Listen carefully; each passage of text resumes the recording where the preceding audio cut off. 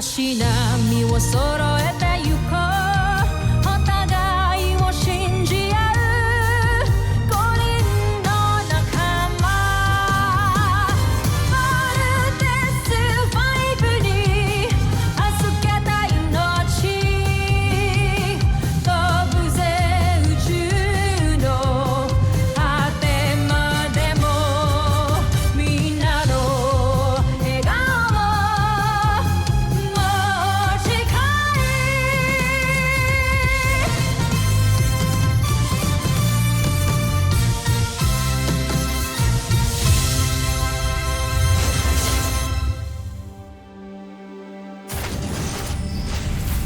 Ang nakaraan sa Voltes 5 Legacy.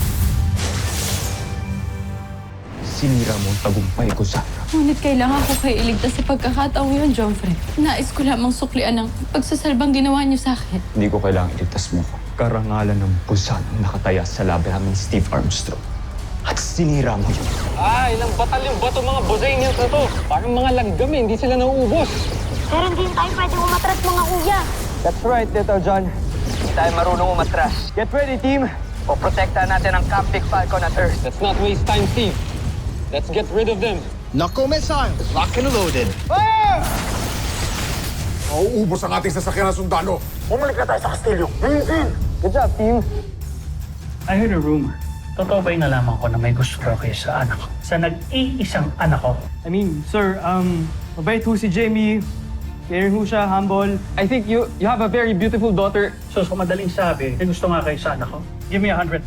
There's no shame in reaching your limits. Kaya nang dapat hindi nyo ikinahiya o ikinatakot na aminin sa akin na tao rin kayo na nagkakagusto, nagmamahal. Hanggat nandito pa ang mga Bosanians at nagbibigay ng gulo dito sa mundo natin. Hindi nyo dapat inuuna ang interes ninyo. You would be compromising the mission at ilalagay sa peligro si Jamie. Kapag wala na, hindi na ako ang Supreme Commander ng Earth Defense Force. Only then, you can pursue my daughter. Nagkakaintindihan ba tayo sa kondisyon ko? Sir, yes, sir! Nasa ilalim ka ngayon ng aking kapangyarihan, Zandra. Susunod ka sa bawat nais ko.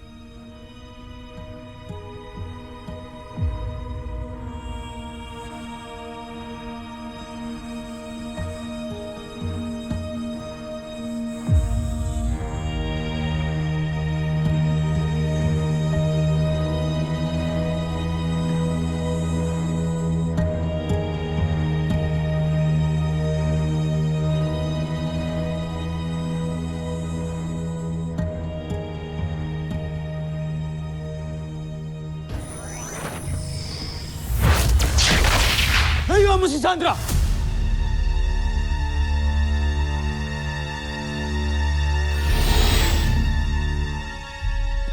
Joffrey, anong ginagawa niyo rito? Talagang wala kang alam. Dahil nasa ilalim ka ng kapangyarihan ni Oslak. General Oslak! Akala mo ba hindi ko malalaman ang imbensyon mo? Akala mo ba hindi magsasalita ang mga sayantipiko kung paano mo ginawa ito? Tama kayo, kamahalan. Nasa ilalim nga ng aking kapangyarihan si Zandra kanina dahil sa singsing na yan. Kung sino man ang magsuot niyan, ay mapapasunod ko.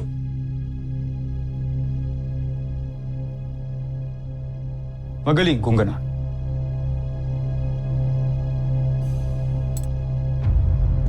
Sapat na ang aking nasaksihan. Tingnan natin ang pisa ng iyong imbensyon sa ating kalaban.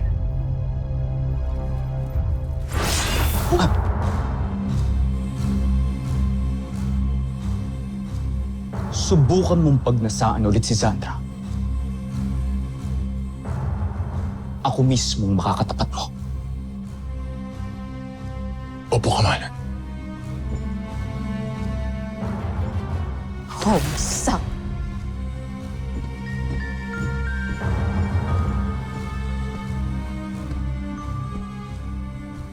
At ikaw naman, Sandra. Napakabilis mong mapasailalim sa kapangyarihan ng iba. Paulit-ulit mo na lang akong pinipiko. Patawarin mo ko, Jomfre.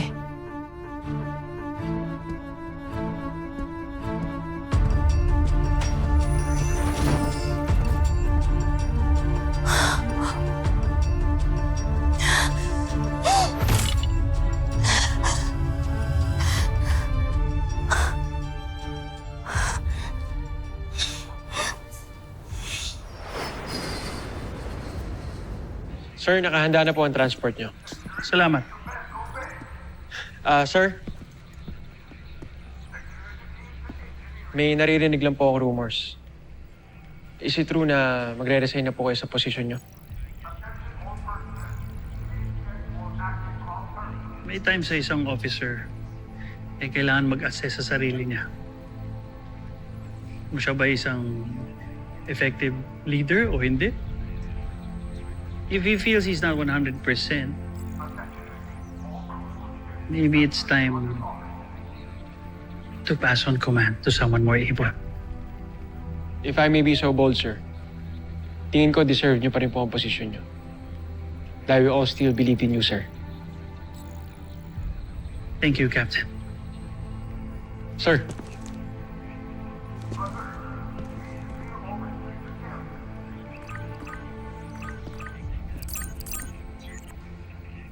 Jamie, anak, what's up? Hi, Dad. I just wanted to ask you something. Are you busy ba? Ano yun, anak? Tumaba po pa kayo? Jamie, wala akong time makipaglokohan sa'yo. At hindi ako tumaba, ha? Sige na. Baka madali ako. Pikon na naman kayo. Anyways, I just got you something and I hope you're gonna like it. Okay? Bye, Dad. I love you.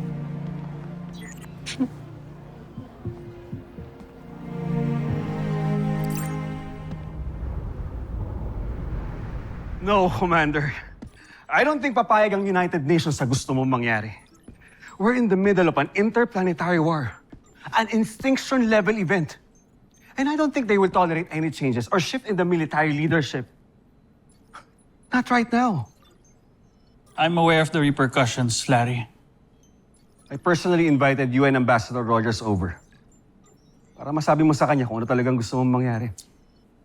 Larry, hindi na magbabago ang desisyon ko. Oscar, ano ba talagang dahilan? May dinaramdam ka ba? Are you sick?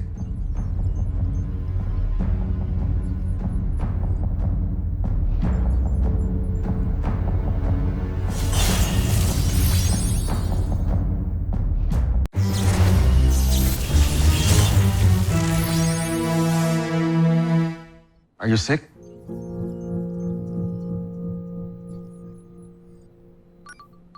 Lieutenant Robinson requesting permission to enter, sir.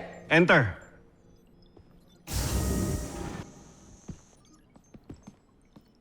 Dad. Jamie, Sir.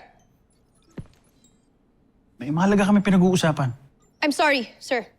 Sige lang, Commander. May panahon pa para makapag-usap kayo ni Jamie.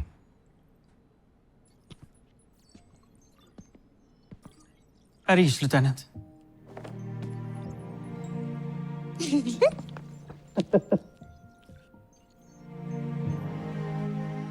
Parang pumapayat ka, Dad, ah. Ha?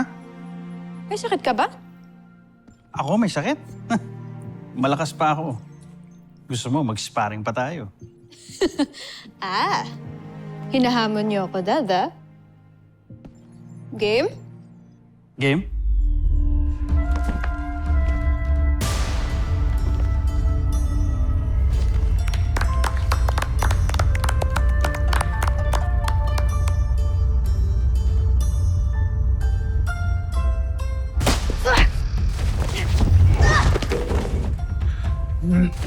Pulling your punches, Jamie.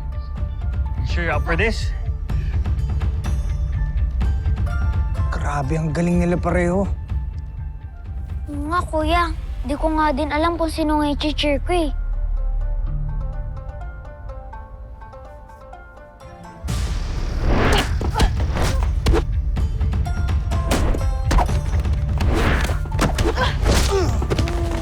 Let's go, Jamie. Let's go.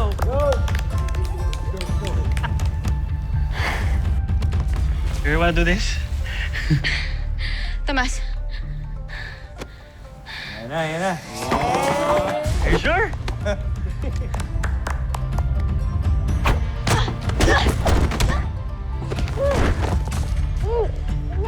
Give up!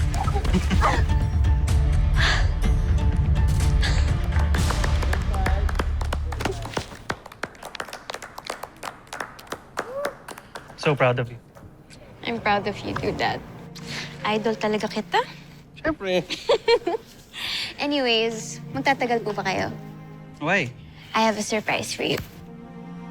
Sige. Sure. General, may incoming call from Ambassador Rogers. Okay, I'll take it from Dr. Smith's office. I'll see you later. See you later, Dad.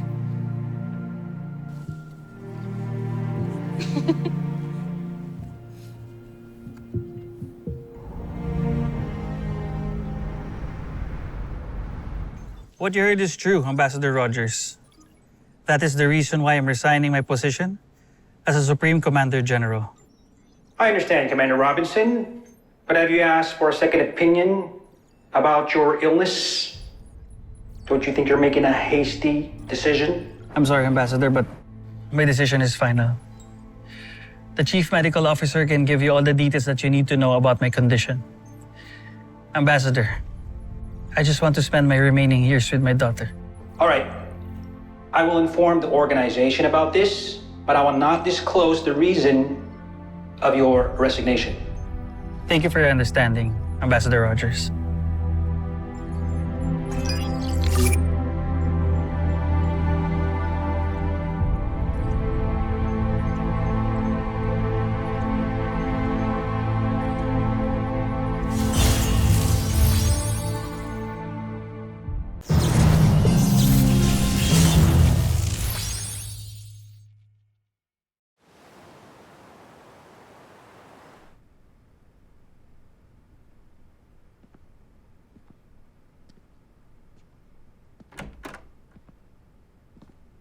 Hi, Dad.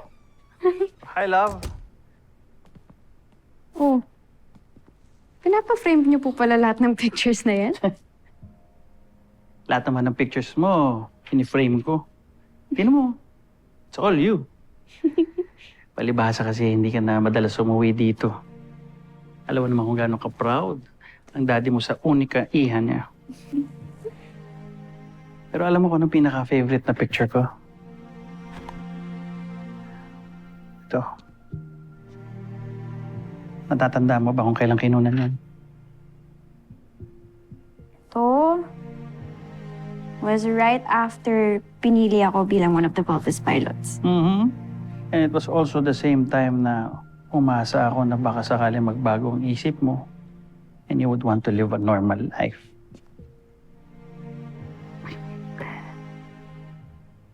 Pero alam mo, masama man sabihin pero umasa ako na sana I was really hoping na hindi ka pumasa ng training mo. Pero hindi mo kami binigo. You passed the training. I've always admired your determination. But at the same time, up to now, until now,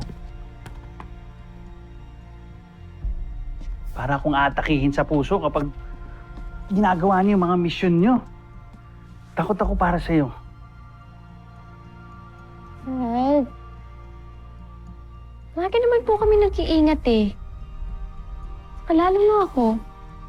Lagi akong nag-iingat dahil sa inyo. Alam niyo naman po to, di ba? Pero now that I'm serving the country, now the whole world, it's always been my dream, Dad. I want to make a difference. Gusto kong protektahan yung mga tao gaya ng palagi niyong sinasabi sa akin nung bata ako. Kasalanan ko pa ngayon.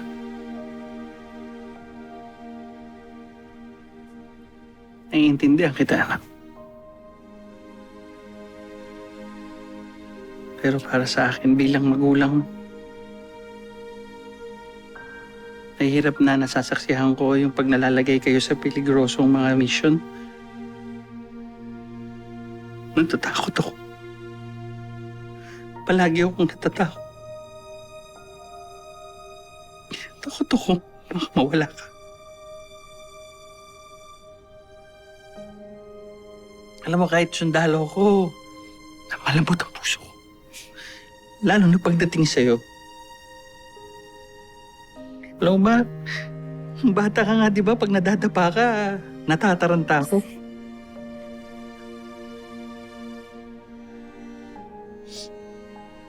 So, na-imagine mo, torture yun sa akin. Sa tuwing lumalabang kayo, yung sa mga demonyo, mga beast fighter na yan.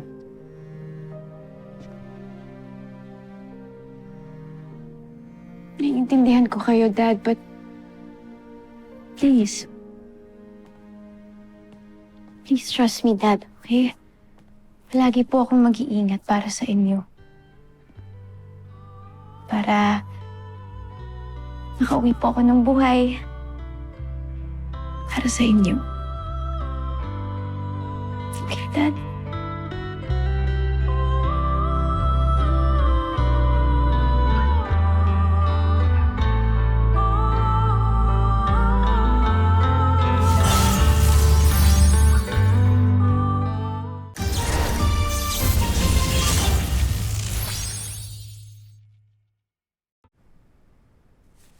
Okay. Pero ayokong mawala ka dahil mag-aasawa ka na maaga. Ha? Jamie, marami akong alam na hindi mo kinukwento sa akin. Matanda ka na, maganda. Kaya hindi mo masisisi sina Steve at Mark na magkagusto sa'yo. Hindi ka pa pwede magka-boyfriend, lalong-lalo na ang mag-asawa. Okay?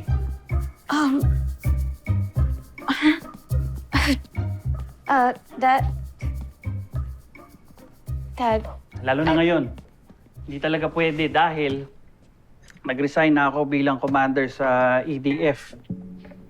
So, gusto ko mag-spend ka na ng maraming oras para sa akin.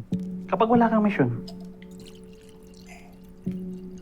Nag-resign na po kayo sa EDF? Dad!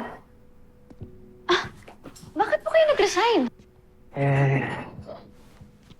It's about time. Nakapagsilbi na ako ng matagal. Tsaka, kailangan naman natin bigyan ng time to shine ng mga bagong officers. Gusto ko rin bumawi sa'yo, anak. Gusto kong bumawi sa'yo sa mga pagkukulang ko sa'yo nung bata ka. Just in case na nawala ako. Gusto ko magkaroon tayo ng mga experiences and moments na maaalala mo.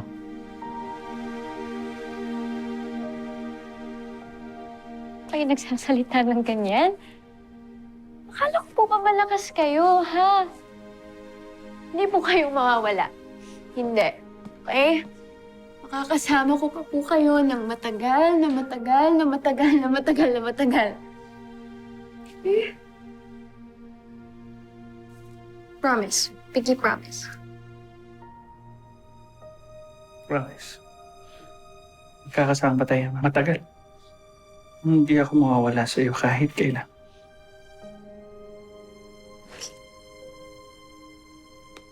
Good.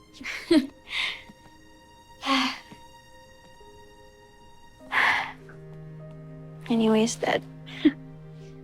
Medyo pagod po ako sa training ngayon eh. Okay lang po ba kung dito na lang po muna ako magsistay? Oo naman. Your room is always ready. Stay, pahinga ka muna. Night, Dad.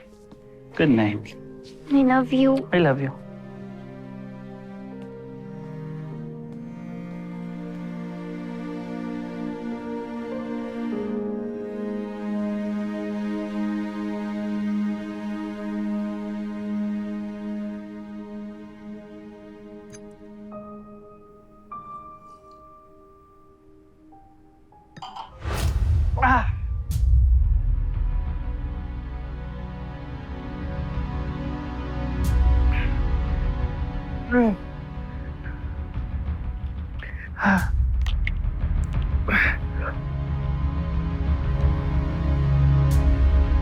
Hello,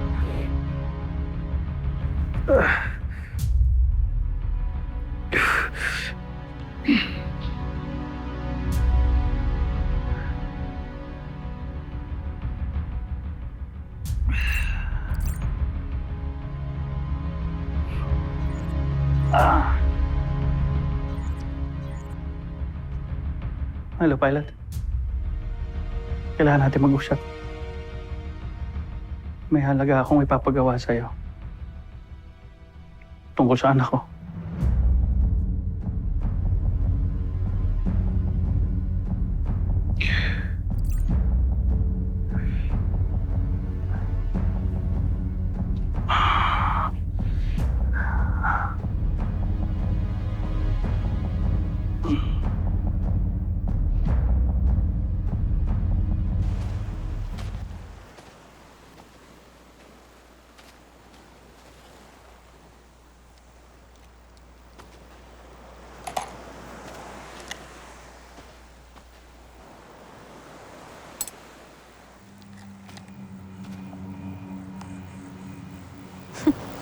This is nice.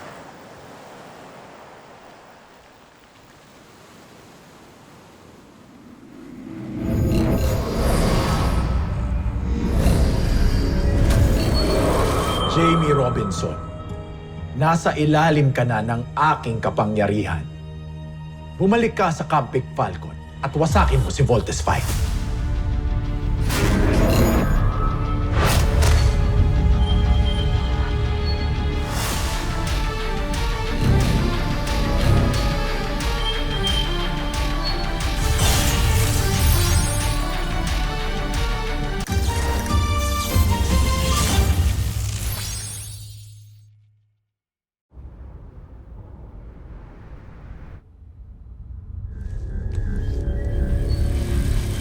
Nais kong wasakin mo ang bahagi ni Voltes 5 na naglalaman ng kanyang laser sword.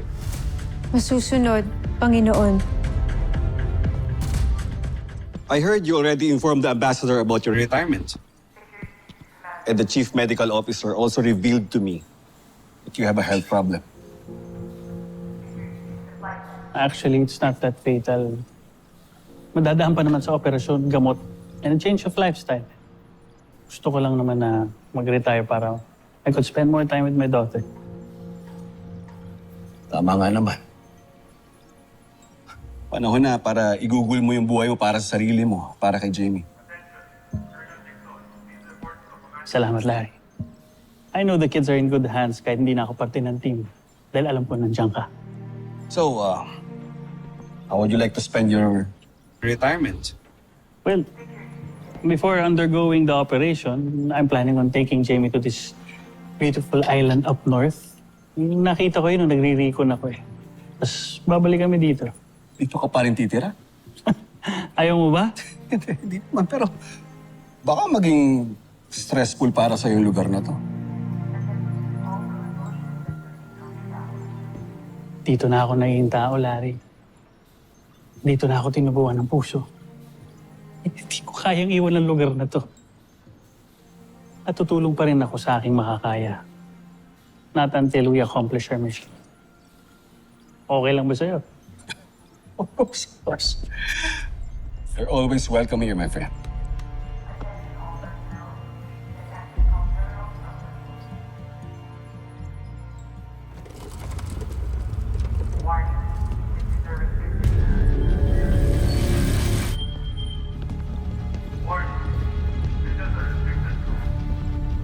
Masyado po maraming nakabantay sa Voltes 5, Panginoon.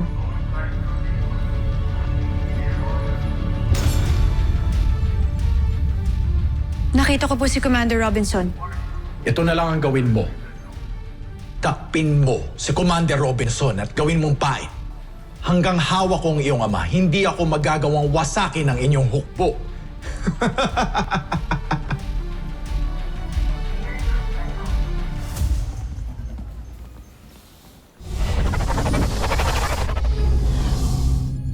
Kapag natupad ng aking aliping si Jamie ang pagpatay sa kanyang ama, tiyak na bibida ako sa emperador. At hindi si Xander.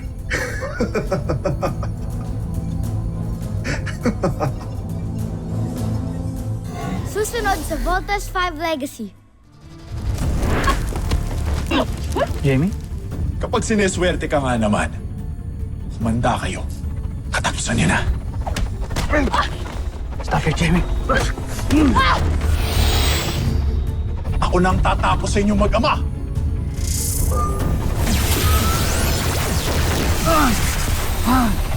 Jamie.